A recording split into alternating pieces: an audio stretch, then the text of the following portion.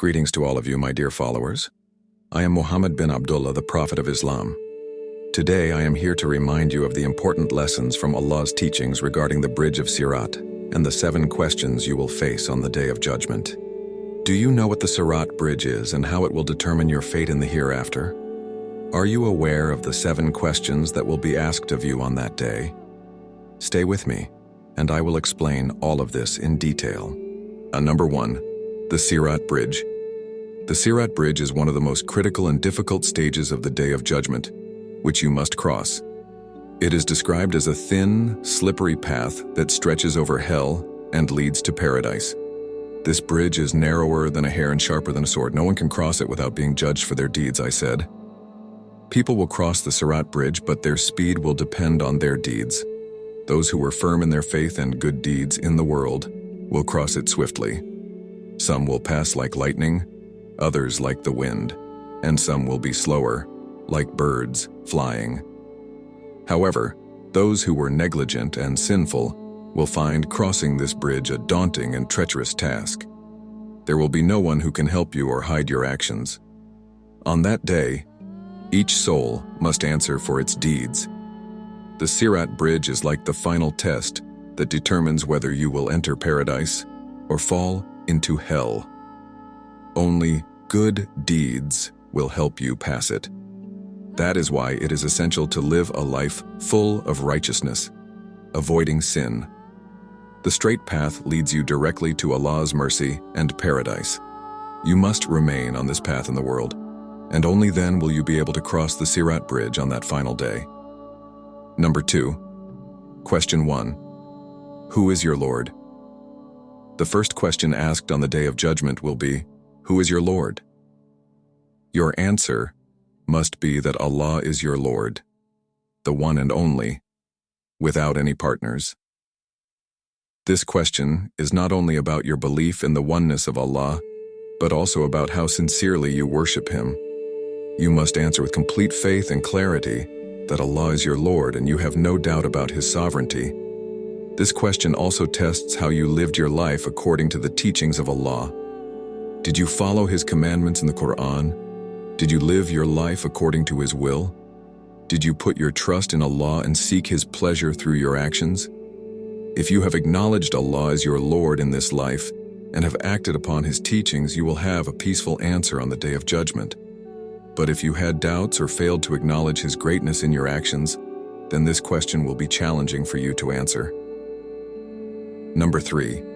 Question 2. The Quran and your actions.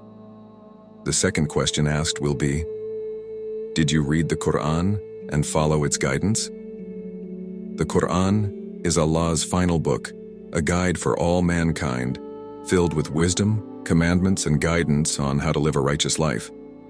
The question is, did you simply read the Quran, or did you truly implement its teachings in your life? Did you follow its rules on worship, charity, kindness, and justice? Did you strive to live by its laws and be a better person through its guidance? This question will reveal whether you lived by the words of Allah or treated the Quran as just a book of words. Every believer must not only read the Quran, but also apply its wisdom in daily life. When you live according to the Quran's principles, you will have nothing to fear in this question, but if you failed to live by it, your answer will be difficult. If you took the Quran as a source of your guidance, then your answer to this question will show the extent to which you implemented its teachings.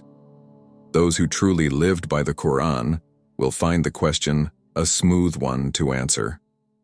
Number 4. Question 3. Your treatment of family and others. The third question will be, how did you treat your family and those around you? In this question, Allah asks you about your conduct with your family and others.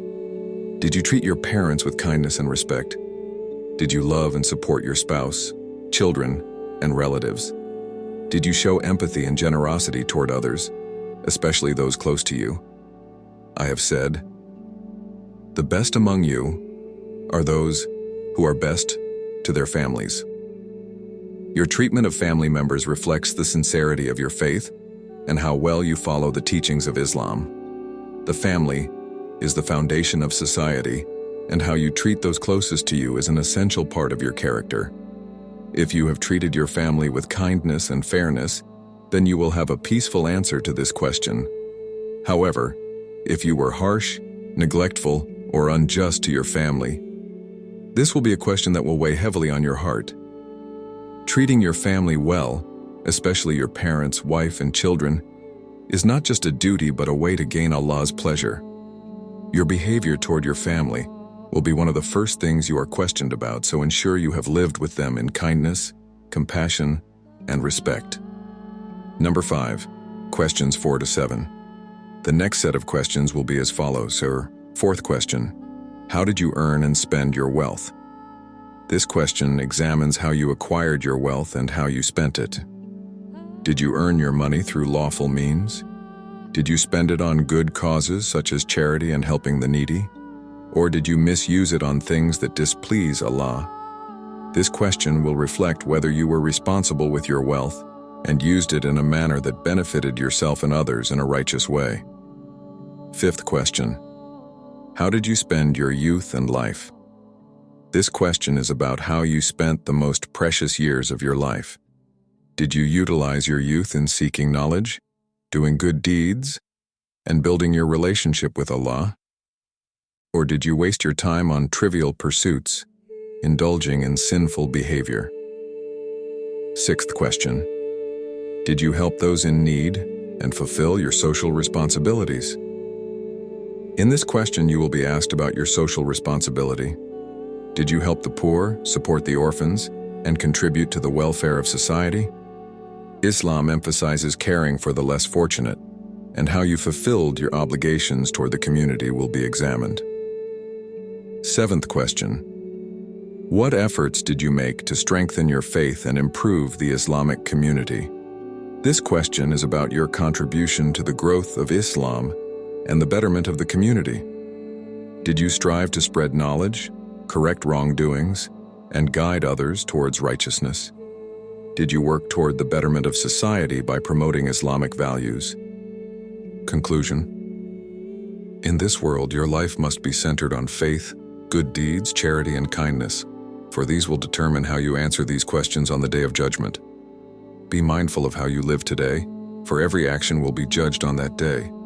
I ask Allah to guide you all towards the straight path, to help you live according to His commandments, and to grant you success on the Day of Judgment. Assalamu alaikum wa rahmatullahi wa barakatuh.